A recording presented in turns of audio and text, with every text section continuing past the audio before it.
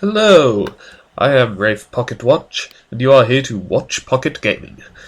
Yes, I named my gaming channel for a terrible pun. They say start as you mean to go on. Alright, so here we are in my third match of the first season of the Giant in the Playground Blood Bowl League. The Ruddigore Gallery are facing off against the Dokkalfar Daggers. It's just occurring to me now that I say that name out loud. Is Dokkalfar some sort of a pun on Dark Elf? Because it seems like that might be a thing. Regardless, Vampires vs Dark Elves. Dark Elves, of course, are a rather good team. As I recall, the rulebook lists them as one of the more difficult teams that are not recommended for starting players. I'm not sure why. I mean, assassins might be a bit tricky to get the hang of, but in general, I don't see what's particularly difficult about using Dark Elves.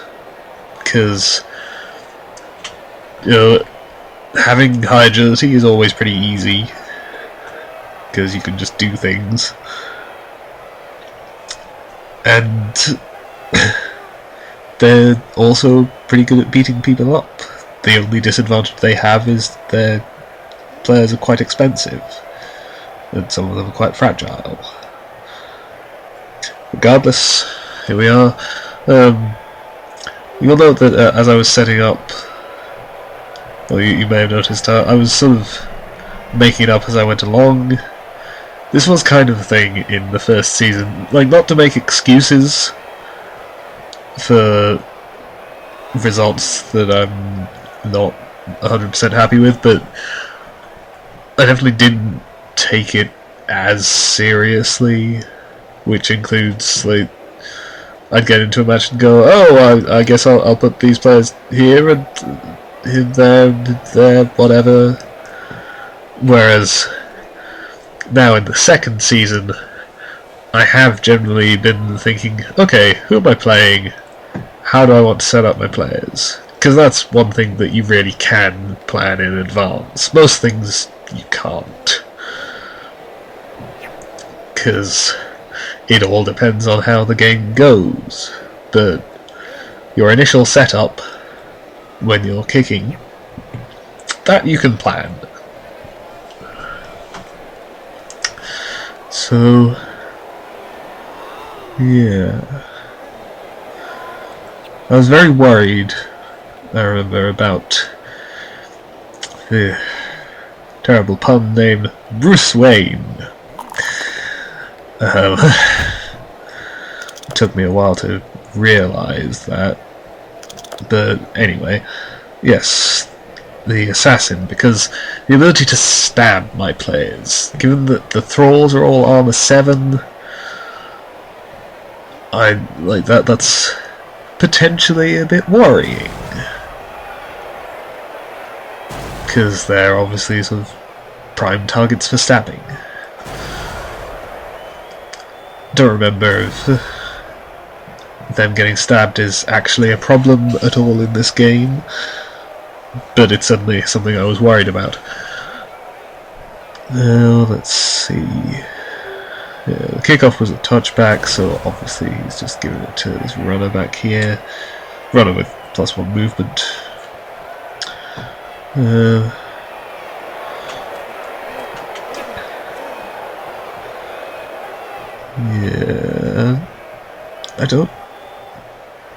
I'm not sure why that guy's there. I guess this makes sense, but I might have maybe done it in a different order. And that's where my first niggling injury happened. Was that the first niggling injury? Yeah.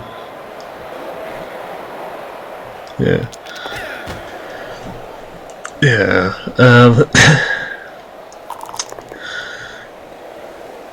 Let's see. Yeah, in immediate casualties, obviously not a great start to a match. Particularly a match where, I mean, technically I outstrength the Dark Elves because I have my vampires.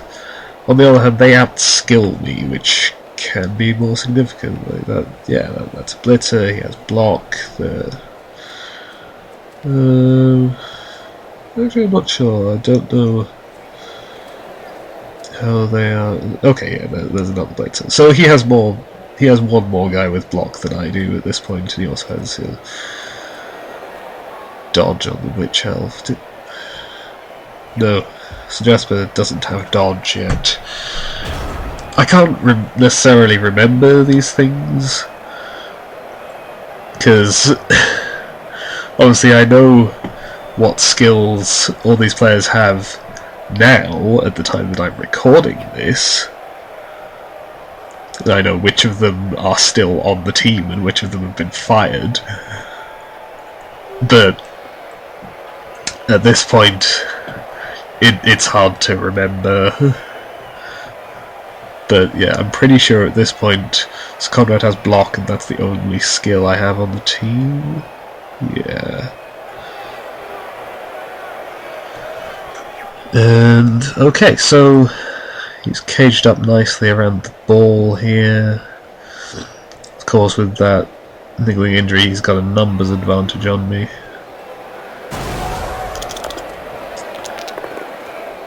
Obviously, I go for the blitz with that guy who has block. Get a knockout. Okay, so now the numbers are evened out. I'm surprised I went for like, such a sort of insignificant Dark Elf, just on the side here, rather than going closer into the cage. But I think, basically, I was really scared of this assassin. I did not want to get stabbed, and so I didn't want to come in here and hit anyone around here. I could have just hit the assassin himself. That would have been a decent idea to open things up more around the ball carrier.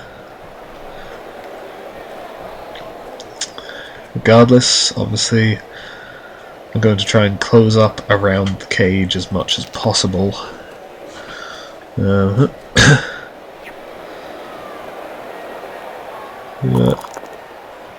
I did try to hypnotise there, but it didn't work.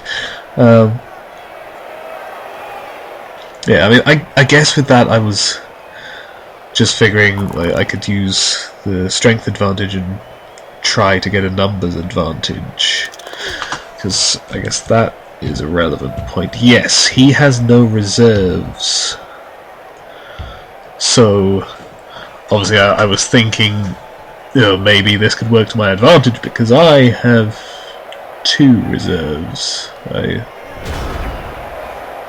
Yeah, because Nicholas South was injured last match, and I may have fired him, thinking, I can replace him later, and in the meantime I don't want him to randomly get an MVP if I'm just going to get rid of him.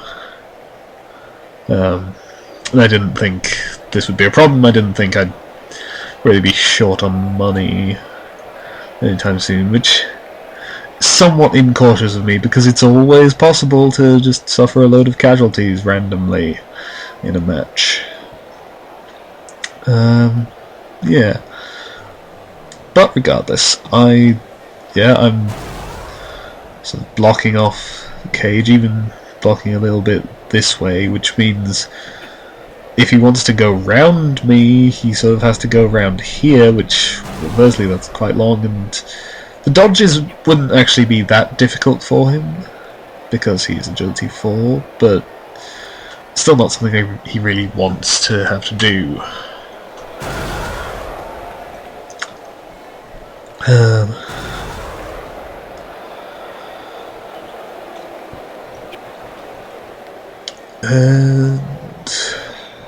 I don't know who he's trying to blitz here. It's something which, like, I can understand the fact that it doesn't show you, but sometimes I really wish it would tell you, like, when You know, like seeing the blitz appear above someone's head over and over again. Like, who is he trying to blitz? Because you get really curious about it. Okay, so he finally blitzes Sir Roderick, and after all that, a push. But it does put him on the sidelines, which is a problem. So I'm going to have to do something about that next turn, and it can't really be a priority because there are other things I really need to deal with, so it's a decent idea.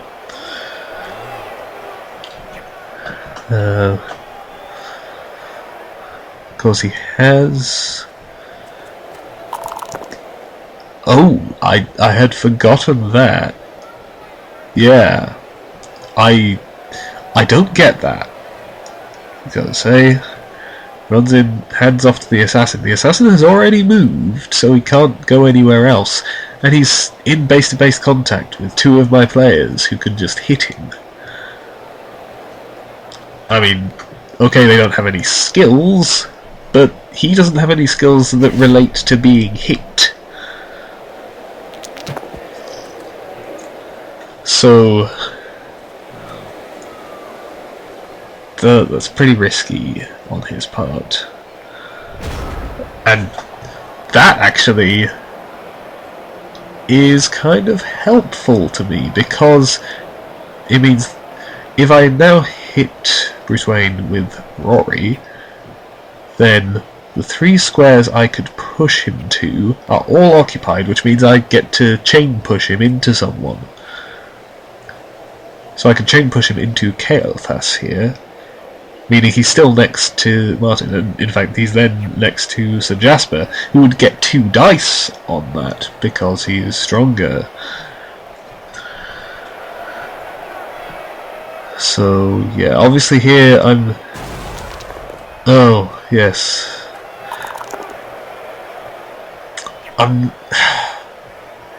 I get me doing that because it was better odds, 2 dice, and I had block, but on the other hand, in retrospect, it would have been better to try the 1 dice. I mean, I do have rerolls. I think it would have been better to try the 1 dice, and then if I just got a push, then I could have another go. I could have another go with 2 dice. And then if that just came up pushes, I'd push him back to here, and then maybe I could do the splits. Give myself the maximum number of chances of knocking the ball loose.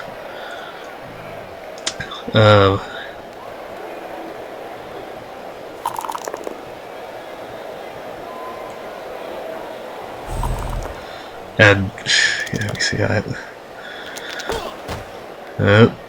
So yeah, actually, because I got 2 pushes, and then a both down and an attacker down, and then a both down and a defender down. So if I had just blocked with Rory, that would have been the first push, and then I would have got a push and a both down, and then I could have run into Conrad and gotten a both down and an attacker down. No, not an attacker down and a both down. Regardless, both down and he has a block, so that would have worked. Because this is the thing with the way the dice work in Blood Bowl. I believe it is basically it's sort of generated as a sequence, I think. So you're going to roll the same dice regardless of which actions you take, but of course you don't. There's no way you can know in advance which action will get which dice results. So it's proper pseudo randomness. But yeah. Regardless, I mean, this has still worked out pretty well for me, apart from the fact that I had to use a reroll. And now I'm sort of hemming him in on both sides. Hypnotic Gaze, not working out for me, but yeah. I've got him sort of trapped in here. Of course, with elf agility, it's difficult to keep someone trapped. Agility 4, they can often just dodge out past all of your guys. But there's potential here. Now, debatably, it might have been better there for him to take the push, because Witch Elf has Frenzy.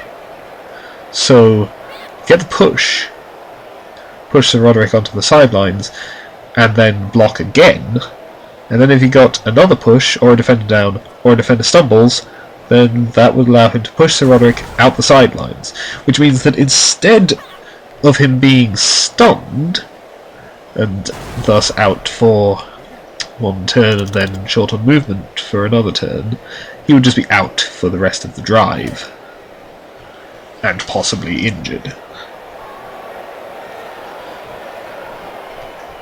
But regardless, I mean, stunning a vampire is still pretty good, because he's completely out for one turn, and then standing up vampires, always problematic, because what if they fail their bloodlust?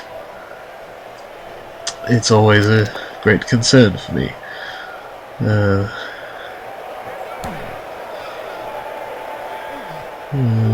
okay, so he's pushing me around here. So yeah, he's got himself a bit more space here, but he can't really move forwards. And now, again, that I don't get that random handoff. Like, it's not even for star player points, because he handed off rather than passing. And obviously that meant it was less risky, but it also meant there was no real point to it. You know, giving himself a difficult catch. I mean, he had to spend a reroll on that, and that was basically pointless. He could have just left the ball with the assassin, who was pretty safe there. Instead, he handed off to a witch elf who is in a tackle zone. And I can just hit her, potentially.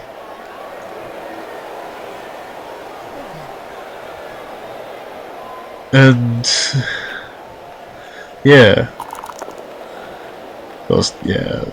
I thought this might be the case. I don't hit her directly with Rory. I choose to hit that guy. And of course, it turns out that dice I would have just knocked her over, but now I have the better odds on blitzing with Sir Conrad, which I'm sure I will do any second now.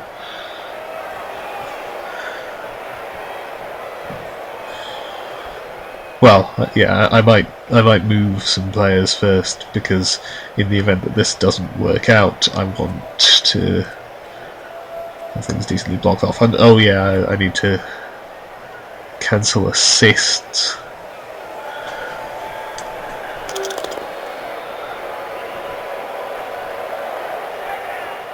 Oh, right, yes. Bloodlust. Dodge and move him around. Yes, this was it. I need to cancel these assists. And in case he failed his bloodlust, I needed someone for him to bite once he was here. And he tries to hypnotise the assassin. Doesn't work. I think it was in my first match I explained how hypnotic gaze worked, and I got it slightly wrong. Doesn't matter about the gaze failing, of course, because the assists are still cancelled. It just would have been a nice bonus. And yes, defender stumbles. She has dodge. I don't have tackle. and I already used my reroll, so not to follow up. She is, of course, left on the sidelines, but I'd better run someone over here, sharpish. Okay, yes, there I go. Come on, names, come back. There we go. And I might run Jasper in here as well. Yes. Yes.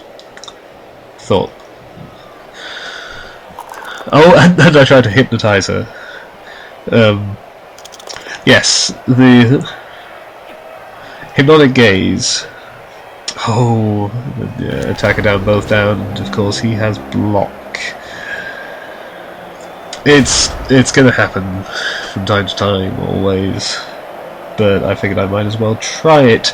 Obviously, if I'd knocked him over, or even if I'd pushed him, I probably would have followed up, leaving Viconia here really stuck. She's still not in the best of positions. But, okay, there is another casualty for him. It's a bit of a problem. Turning once again to Hypnotic Gaze. As I was saying, I think I said that it was just a straight agility roll. It is modified by tackle zones, other than that of the person you're trying to hypnotise. So, like here, Jasper trying to hypnotise Viconia,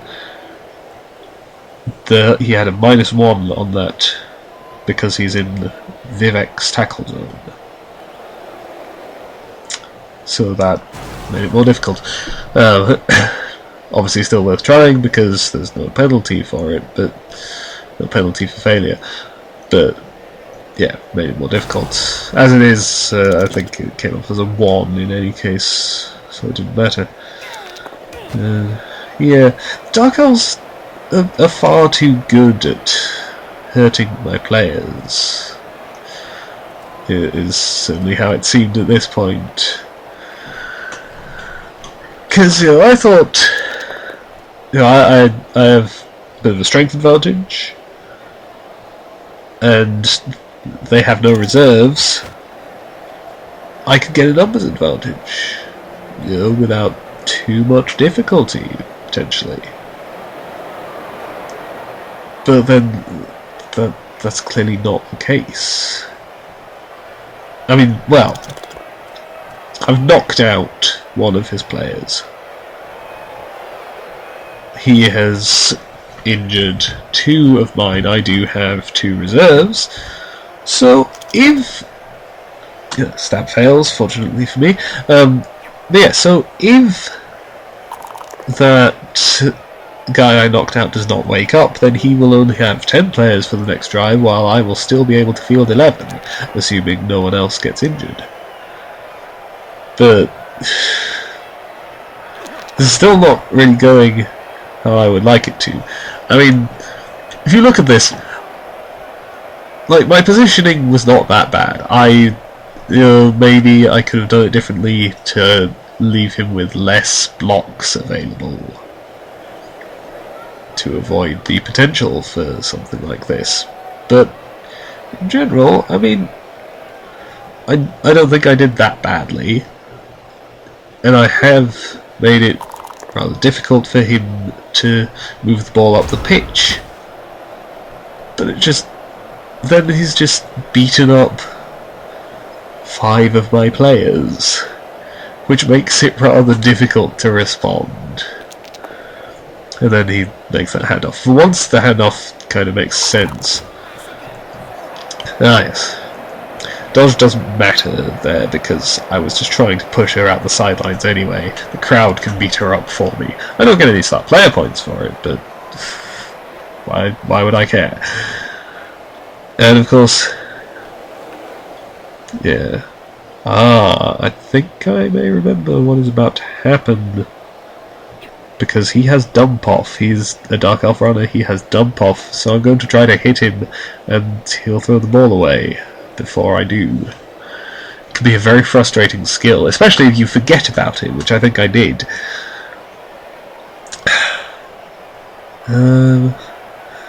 But of course, it's a very good skill for that same reason. But yeah, all these players on the ground. Yeah, yes, cancelling assists here and top off. So where's the moment go? Yeah, I failed the interception, and the ball is now pretty safe. And I got an attacker down, and then I got another attacker down. I think at this point he said, like, wished he hadn't used the dump off at this point, but it doesn't really matter. He has basically got this. If he marks Richard Dauntless, I pretty much can't get to him. Jasper could get to him, but he's got enough players to cover that one. He's got enough players to cover this. So, this is the thing. In general, although Blood Bowl involves quite a bit of dice rolling, and in theory, luck can completely swing a game, in general, it won't. Luck is rarely the deciding factor. Another casualty. There's my second niggling injury. Very annoying. Yeah, in general, luck is not the deciding factor, because there is a lot of skill to the way you position your players, and basically avoiding making luck too much of a factor by reducing the number of dice that you need to roll to do things, and increasing the number that your opponent will need to roll to do things. So as to make him or her more reliant on luck while making you less. And then also in developing your team, you get skills which mean you can have automatic rerolls on certain things. So again, that doesn't remove the luck element, but it gives you better odds. But the one respect in which luck really can swing things quite a bit is in hitting people. Because, I mean, generally how it may play out is, like, maybe, yeah, you'll have some bad luck, the dice will screw you over for a couple of turns, even though you're being sensible about the order you do your actions in. So you've always made sure you're decently set up, even if every single dice roll fails. And then, later in the game, your luck will change. And suddenly things will work for you. Suddenly you'll roll 3 6s and do something that should have been pretty much impossible. Or, conversely, like, maybe your opponent is just having some good rolls, but then later they'll have some terrible ones. And it evens out. Mostly. But the one case where it's really difficult is, of course, hitting people. When your players get beaten up, because if your players are on the floor, or worse, off the pitch, then it doesn't necessarily matter if your luck changes. It's like, yeah, your luck changes. Bloodlust fails. Stupid vampire. I can't even get to the ball carrier anyway.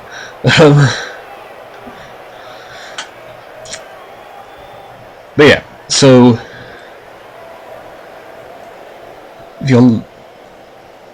if you've gotten... Oh wait, yeah, I wasn't even trying to blitz. Anyway, yes. If you've gotten beaten up an excessive amount, then it doesn't really matter if your luck changes, because you don't have any players to do anything.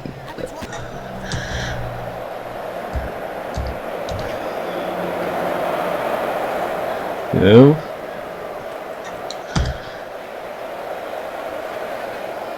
Because all the good dice rolls in the world will not help you if you have no players left standing to take advantage of them. Because in this instance I didn't actually get good dice rolls. But,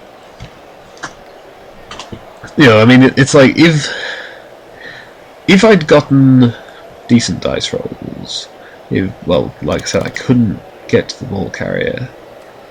But say, hypothetically, if Sir Jasper had been one square closer, so that it was possible for me to get a blitz on the ball carrier, but would require, you know, going dodge, dodge, and then that with two going for it, then I assumed that I had managed that. Succeeded on Bloodlust, succeeded on the dodge into 1 tackle zone, succeeded on the dodge into 3 tackle zones, succeeded on both going for it, and then the 2 dice, his choice, blitz, had come up both defender downs. Imagine that. Oh, he's debating whether to score now or next turn. Yeah. Imagine that had happened. Then, like, even after that, the rest of my team is on the floor. They can move 3 squares each. And he can easily pick up the ball again and get over here. So it really wouldn't have helped me that much. And that's what I mean. Dice rolls are only... lucky dice rolls are only really going to help you if you have enough players around to take advantage of them. And so getting seriously beaten up will really cause you problems and cause things to swing by luck. Of course, it's not that common if that happened. Yeah.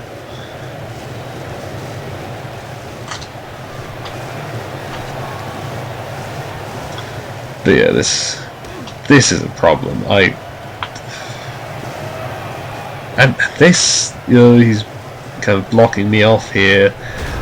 This is good positioning by him, making it very difficult for me to get through, which means, of course, like, you might think, oh, I can't stop him making a touchdown, so I'll just beat up the guys over here and, hope to get a casualty or 2, have an advantage in the next drive. But that is a trap, because the thing is, if I do not move any players down towards the guys over here to potentially threaten them, to take the ball away and stop him scoring that touchdown, then he will not score that touchdown until the last turn of the half. Meaning I will then have no time to equalise in this half and will have to rely on doing so in the second half. So you have to address this, otherwise they can just kill the clock. I mean, it may vary, because it may be the case that while they're killing the clock, you are killing their players, and they don't want that, but that's chance. And I mean, equally, if they score, then they have to kick, and you get free hits on their front line. So can't be sure if they want that either. Finally succeed on a hypnotic gaze when it doesn't matter anymore. I suppose at this point, yeah, three KOs, no casualties. So it's entirely possible that those 3 players will just come straight back.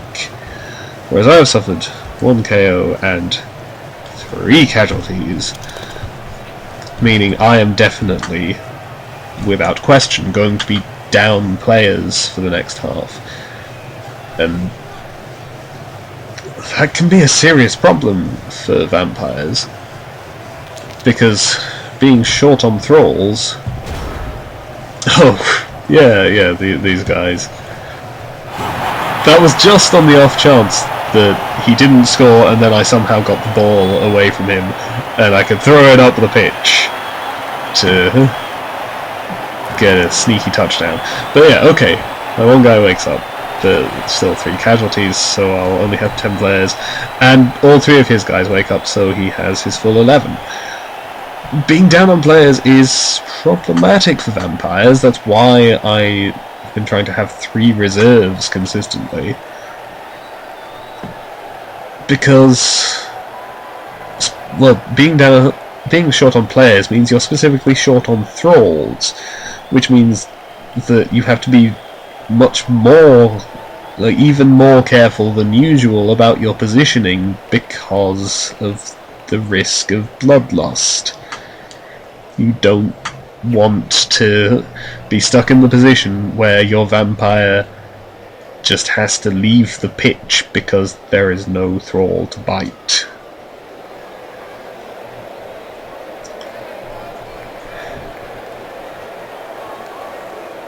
So, yeah. All the same, obviously, I mean, in terms of the scoreline, this is not unreasonable. I kicked to him, he received the ball, he scored, that's fair enough, that's to be expected. I obviously try to prevent it, always, but it's not unreasonable to expect it to happen. Now I do get my free hits on his front line, so that's something. It would be easier if I still had 11 players instead of 10, but yeah. And looking at this, I believe I have 2 turns in which I could potentially equalise the game. So the odds are not great, but it's possible. Oh, how wonderful, he gets a blitz on the kickoff table. Where's the ball landing? Give me back my player names, please. I don't know where the ball is landing.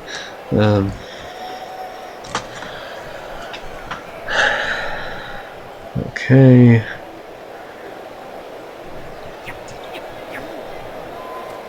Blitz, like, well, in older versions of the rules, Blitz used to be completely devastating. It's been toned down a lot now by the fact that, if you have, like, your players who are in tackle zones can't do anything. But it can still be devastating, potentially, because, you can make that one blitz count, and especially if you have decent agility on some of your players, you can get your guys into the opposing half. Potentially you can catch your own kickoff. I've done that, and it's pretty significant. And if nothing else, gets a KO on the vampire, and if nothing else, I mean, this has messed up my plans, because obviously one of the advantages of receiving is that you get those free hits on the players on the front line. He's just knocked out one of my front line players, so, and like moved in this other guy, so no, actually I can still get 2 dice on both of these, but it's a much more problematic position that I find myself in.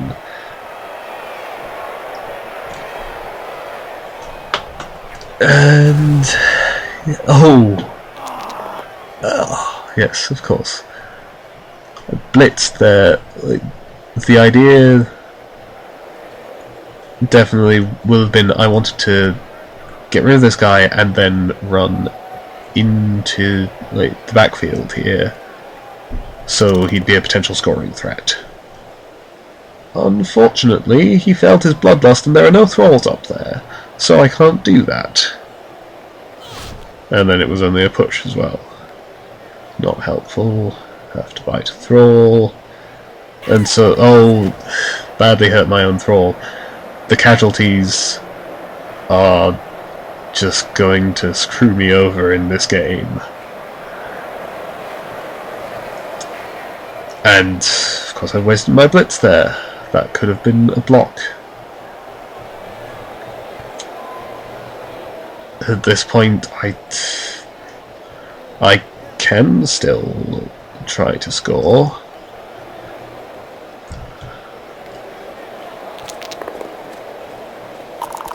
Oh yeah, that was it. I moved him to there so that, because Sir Mervyn with his full movement could pick up the ball and get back to next to that square in case he failed his bloodlust. Of course, if he'd failed to pick up the ball, then he would have just left the pitch. But still. Okay, I've got the ball. I have successfully dodged around here, so it is possible still for me to score. Theoretically. It's pretty unlikely. And yeah, going for it. Because with movement 6, you need going for it to score in 2 turns anyway. So I figure I may as well make them now, because, you know, sure, if I had failed that going for it, he would fall over and then I wouldn't be able to score, but equally, like, that would apply equally if I failed it next turn. And I think I'd, you know, very unlikely to work, but I figured I'd try to get a thrall up there to help him and mean I'd have more than one scoring threat. Didn't work. It was very unlikely to. And put all tackle zones on the scoring threat. Oh, and then blitzing. Yes. This is why you want more than one scoring threat, because one scoring threat can just be blitzed, and then you don't have a scoring threat. Particularly in a circumstance like this, like, all he has to do is knock Sir Jasper over.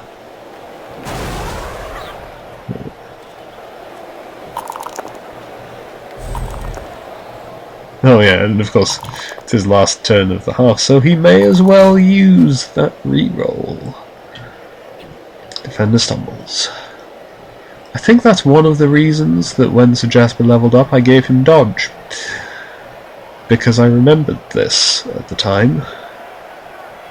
And I thought, yeah, if he had had dodge, he would have still been standing. I could have run up and thrown the pass to him, and possibly it would have been intercepted, or he would have failed to catch it because he was in 4 tackle zones. But there would have been a chance. Also, because it's a good first skill to give to a vampire.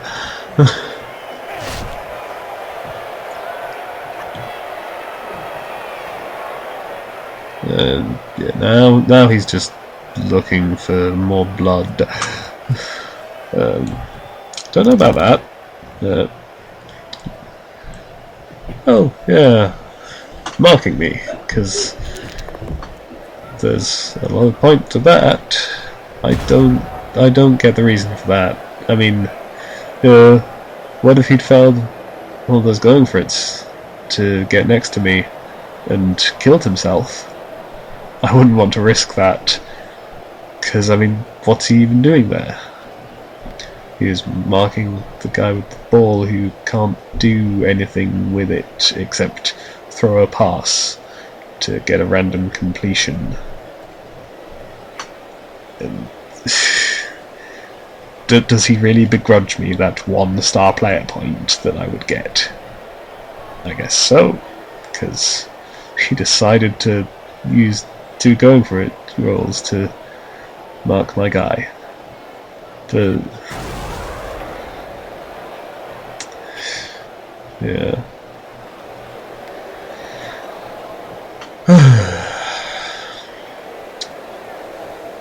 Man.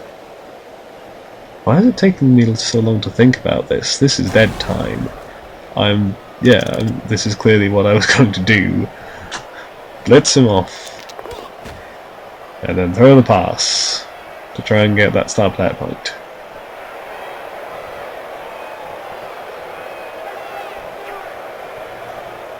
And then there might be like a couple more blocks that I could take. Well, 1. No, 2. What did I do? The game has lagged.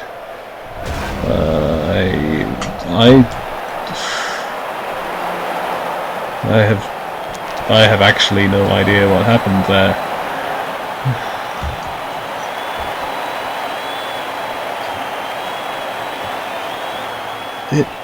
I tried to dodge Sir Jasper out. I don't understand why. Because what could he do? He was way up at the other end of the pitch. Maybe I was intending to throw the pass to him, but why? Unless... Was he in... Actually, he might have been in range that even after expending the 3 movement to stand up, he could still make it to the end zone with 2 going for it. Maybe that might have been a thing. And then I could have tried to throw the pass to him. Maybe. I don't remember.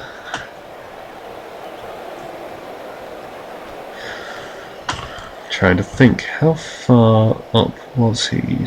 2, 4, 6, and he used 1 going for it, and then he got pushed back another square, meaning yes, actually, because it would have been -3 movement for standing up, 1, 2, 3, go for it, he could have made it, so yes, okay, that's what I was doing, it makes sense.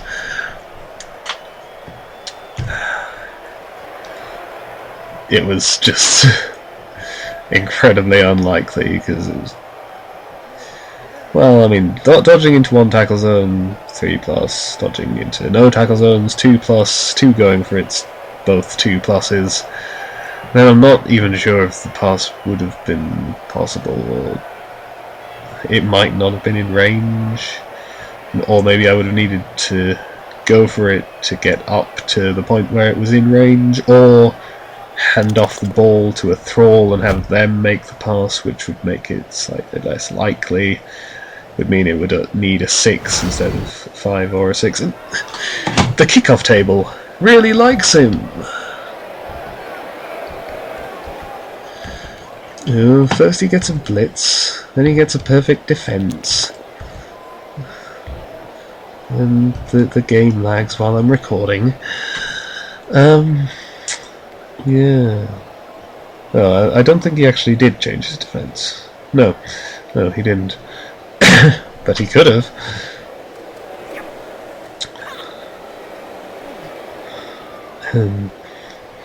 Yeah, I have 9 players on the pitch. This was a very frustrating game.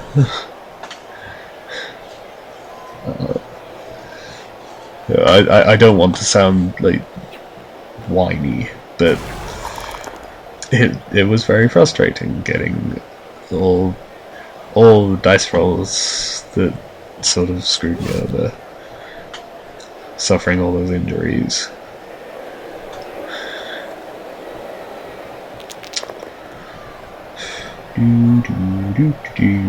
Beat people up, and both downs. I need to get block on these guys. I have gotten block on these guys since this video. Not since this video, since this match that I am making a video of. Oh, and a knockout, but he'll probably just wake up. Of course, it must be pointed out that at this point, given that I am 1-0 down at the start of the second half, I can pretty much, if I want to be safe, I can pretty much only go for a draw here. Because I have to, like, I can score, and I can potentially take the entire half in scoring, and that will equalise the game, and it will be a draw. Yeah, I failed to pick up the ball. But the thing is, obviously then, it's just a draw. But if I want to still win at this point, then, well, that's a problem. Because to allow the possibility of me winning, I would have to score quicker. But then I score quicker, I've just scored, I have to then kick off again. So that means I'm giving him the ball back, which means he is in a much better position to score than I am under those circumstances, particularly because I am suffering from a numbers disadvantage. If I had the numbers advantage, you know, well, I mean, if I had him down to 9 players, it would still be risky, because I mean, Dark Elves definitely can score with only 9 players. That Elven agility just opens up all sorts of ridiculous possibilities. But if I had a lot of good casualties, like if I could get him down to, say, maybe 6 players, to pick a number off the top of my head, you know, then that's like almost half his team is gone. Then maybe I would score quickly and figure that 6 players I can stop him scoring if he only has 6 players, and then I can quite possibly recover the ball and score myself. You know, that I would be willing to try, but under these circumstances, he has the numbers advantage. He has 11 players and I have 9. And that is just... it's very, very unlikely that if I scored quickly I would then be able to take the ball away from him to make it a win for me. It's much more likely that he would just score again and make it a 2-1 instead of a 1-1 draw.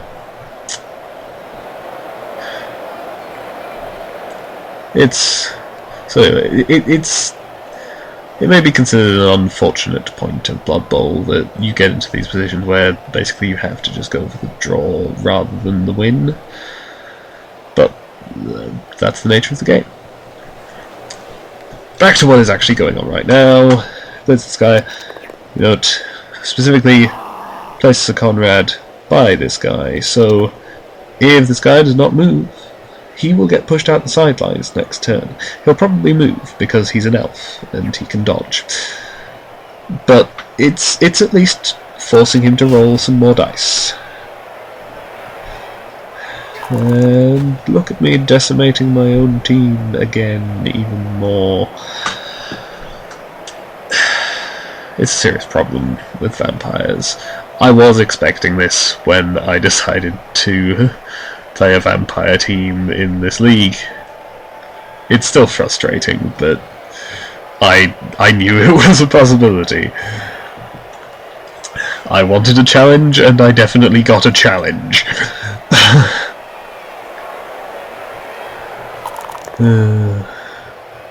Because I know this is the reason why a lot of people will recommend that as vampires you start with like 2 vampires and 9 thralls, because then there's less bloodlust to fail and more thralls to bite if you do fail it. The downside of that is, of course, yes, failed to pick up the ball again. Use the reroll. Yeah. The downside of that, of course, is that the vampires are the players who are actually good, whereas the thralls, the 6337, it's a mostly average stat line. They have no skills, and I mean the vampires don't have any like well. Hypnotic Gaze is a really useful skill, but it's a situationally really useful skill, as opposed to, say, Block, which is a pretty much universally useful skill. Or Dodge, which is pretty much a universally really useful skill. So, yeah.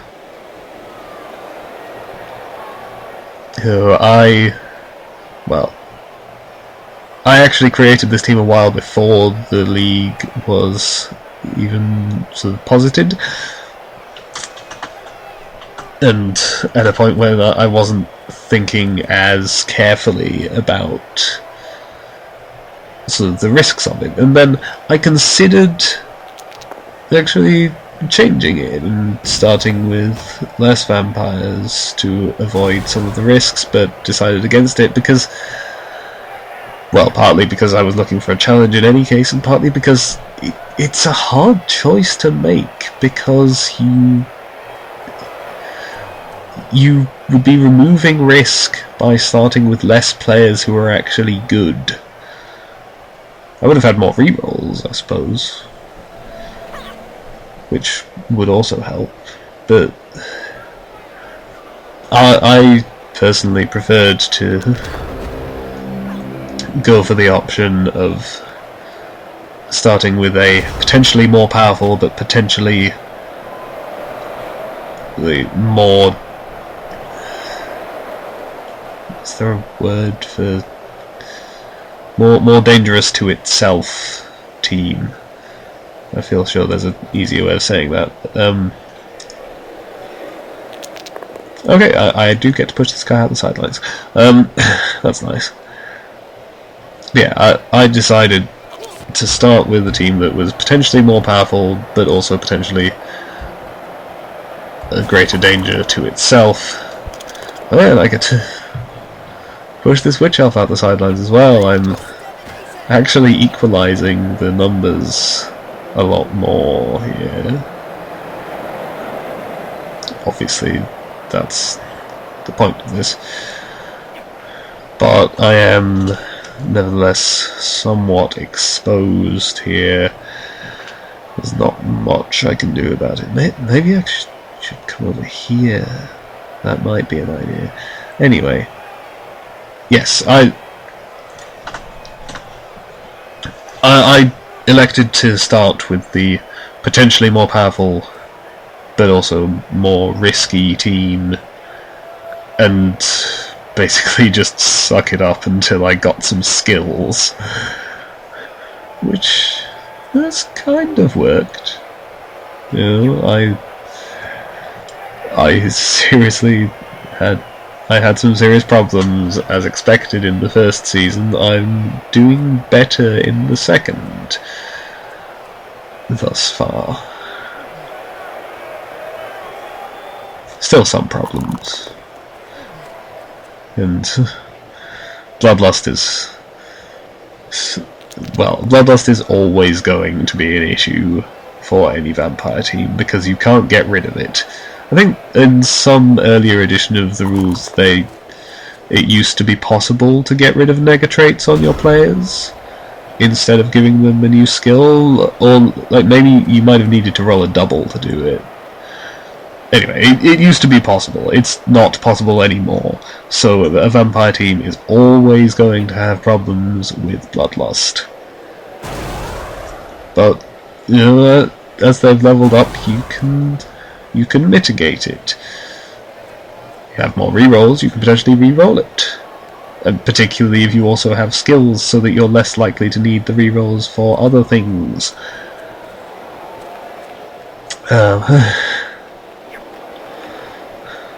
Of course, rerolling Bloodlust has to date worked about twice for me out of... I'm not sure how many times I've tried to reroll it, but it's a decent number. It's enough that I would have expected it to work more than twice.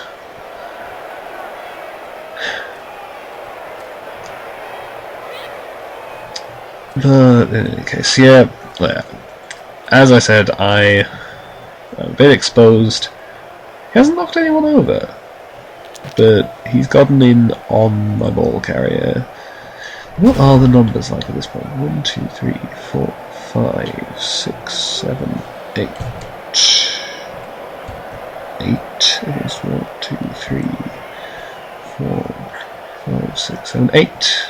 We are equal in numbers at this point. However, his are probably formed up better. I'm sort of scattered. These two guys are not really contributing to anything. This one is just here to be a potential scoring threat. Like, this is where the important stuff is going on. And over here, he has 5 guys around here to my 4. One of whom is limited in what he can do because he has the ball, and I don't want to, you know, commit him to just hitting someone. I need him to be advancing. So, localized numbers advantage, particularly taking into account... Oh, okay, yeah, of course I can blitz with him. And, yeah, I can see the use of this. If it works. If I knock over this guy, I assume I'm going for this one, or it might be this one.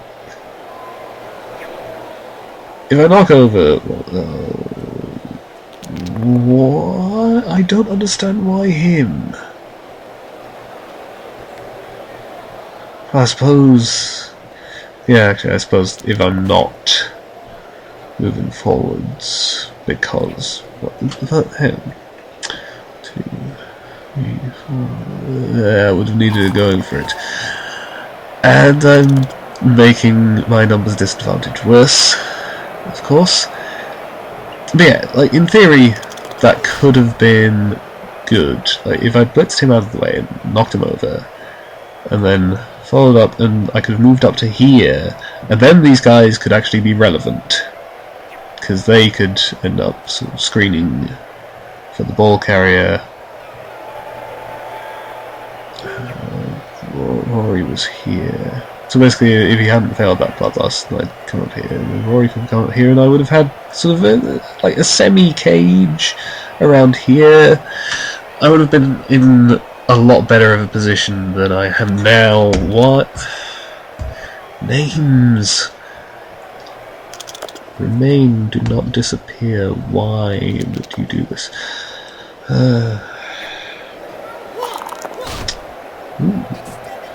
Knockout. So yeah, like, you see, this is much more even, this half. I'm having problems, but I'm somewhat dealing with them. My luck has changed a bit. I've been getting these knockouts at least, so removing his players from the pitch, but because of his luck in the first half with injuries, I was starting from a numbers disadvantage, so all I've really managed to do is even things out, rather than actually putting myself up.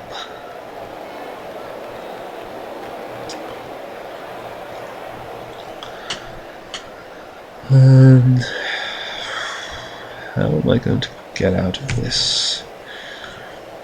Well, stab.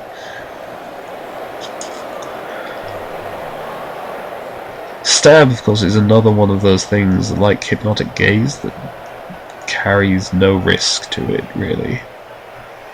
You know, unlike if you make a block, you could roll attacker down. Like, even if you have 3 dice, you could roll 3 attacker downs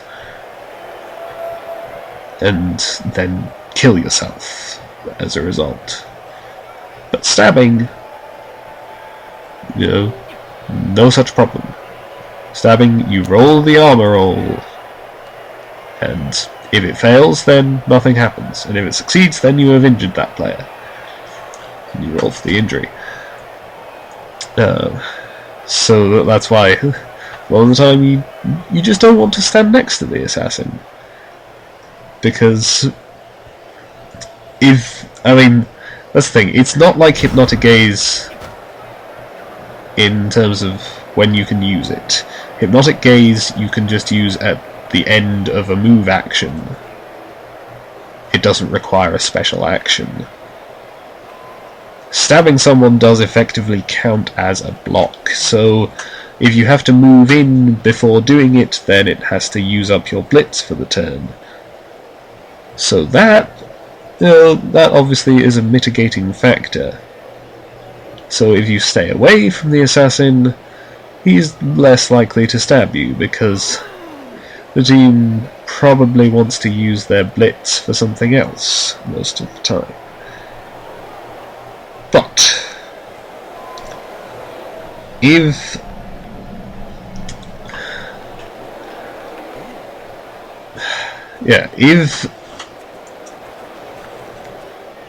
you have to leave a player next to an assassin, they can get stabbed. Yeah, okay. Failed the dodge roll. That was actually looking decent for me. If I'd just made that dodge roll, I'd come up here, and I think I may have been planning to hand off the ball to Sir Roderick, who could then have made it up here.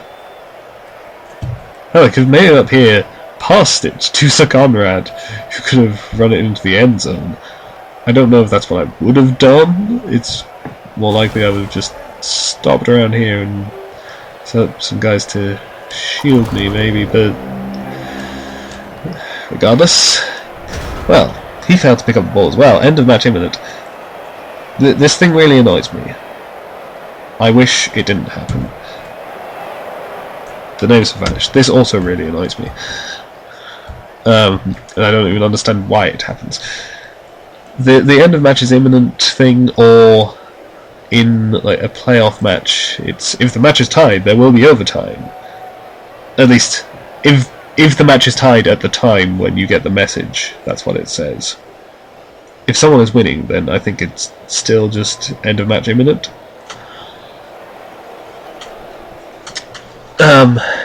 But yeah, it really annoys me, because A, I already know that the end of the match is imminent. I'm watching the turn counter. B, your clock.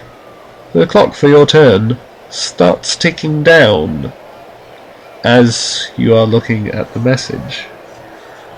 So it's taking away 5 seconds of your turn to tell you something that you know already. 5 seconds out of 4 minutes is not a massive deal, I realise. I cannot roll a 3 or a 2. all the ones. Yeah. Yeah, 5 seconds out of 4 minutes is not a massive deal, but it's still time. And all your time is significant in this game. It doesn't happen that often, but there definitely have been turns of mine when I have been still clicking things up until the last few seconds.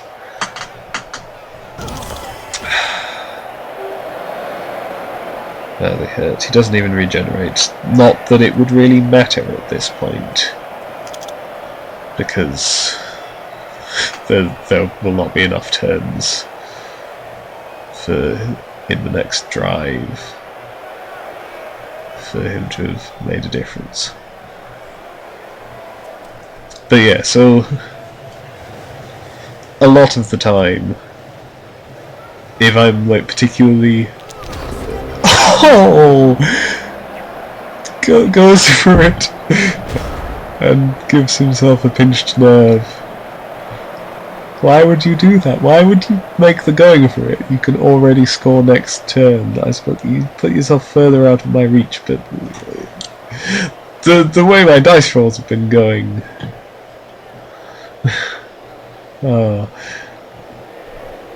Whatever. Anyway, yeah. Most of the time, if I'm particularly into the game, when the end of match imminent thing flashes up on the screen, I just go like this: get off my screen, go away, let me do things. And then it goes away and I get to do things. But yeah, it's just a very annoying little element of the interface which I wish you could turn off. What am I doing?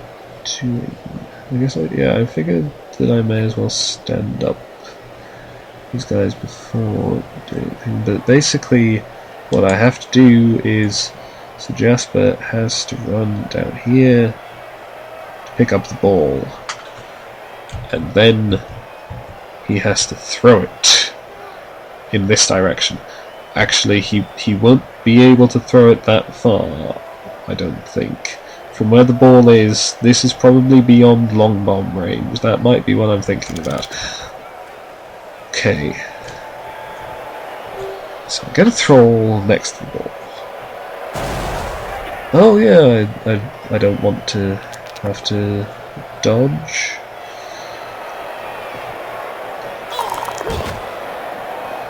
So blitz. So far so good. Yes. Pick up the ball. Actually, I don't have to. He doesn't have to throw it this turn. Yeah, okay, so I'm just going to leave it there because I will still have one more turn in which he can run up to where the pass will actually be in range, and then throw it down here, and then one of these guys can run in the touchdown. That is the plan for me at this point, and I just have to hope like hell that he doesn't lose the ball on this turn. Which quite possibly will. But yeah, I suppose Mervyn is here specifically so there will at least be a dodge required somewhere to get him round this way. But yeah, not even going for the ball carrier, just goes for the throw. And of course now, if I fail Bloodlust, I'm going to be screwed. Well, I suppose not. I can move a guy. I can move one of these thralls over somewhere around here. And yes, of course. Put the tackles on. Which leaves me the problem. I would like to hit this guy with Sir Conrad, but Sir Conrad is also the better option for potentially scoring, unless he fails his Bloodlust, for which I would like to have Robin available to run down here in case he fails his Bloodlust, so that he can run in the touchdown anyway.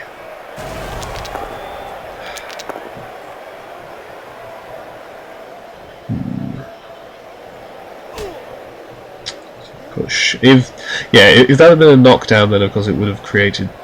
No, wait. It wouldn't have created a clearer path for Sir Jasper to run through. There was no point to that blitz. Well, I guess it does create a slightly clearer path, because you can go 1-2 instead of 1-2-3 before moving further up. Does make a bit of a difference. Okay. Yeah. Yes, right. I decided to hit him with the thrall and hope that Sir Conrad would not fail his Bloodlust. And I got 2 birth downs, and Robin O'Capple killed himself on the Dark Elf's face. Such is my luck in this game. It was pretty unlikely to work anyway, to be fair, because... Let's see, 1, 2, 3, 4, 5, 6. Then, count the squares from there. 1, 2, 3, 4, 5, 6, 7, 8, 9, 10, 11. That would have been a long bomb. I think it would have been just in range. But it would have been a long bomb. So, we would need a 5 to be accurate. He'd then need a 3 to catch it in a tackle zone. Or, of course, on a 4 it would be an inaccurate pass, but it might have scattered onto him. Or onto Robin, and then he'd need a 5 to catch it, or Robin would need a 4. And then he'd have to dodge out. Yeah, the odds were not great, but it was possible. Oh, also, that guy could have intercepted, potentially. So went the match. I'm kind of surprised that I didn't lose by more, under the circumstances of all those injuries. But that's going to happen sometimes. Sometimes things go well, and sometimes all your players die horribly. Oh yes, and the dead MVP. Perhaps the most frustrating of all the possible MVPs. I mean, it's frustrating when the MVP goes to a mercenary who you only had for the one game, but when it goes to one of your own players who died during the game, that is just the worst. And that is some, I can deal with the fact that the MVP is just randomized, but I wish it would be randomized from among the players who are still part of the team at the end of the game. So no star players, no mercenaries, and no dead players. But that's not how it works, and this can happen.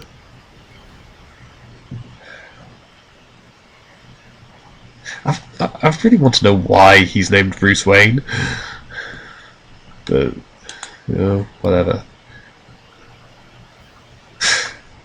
Yeah, they were on me all the time.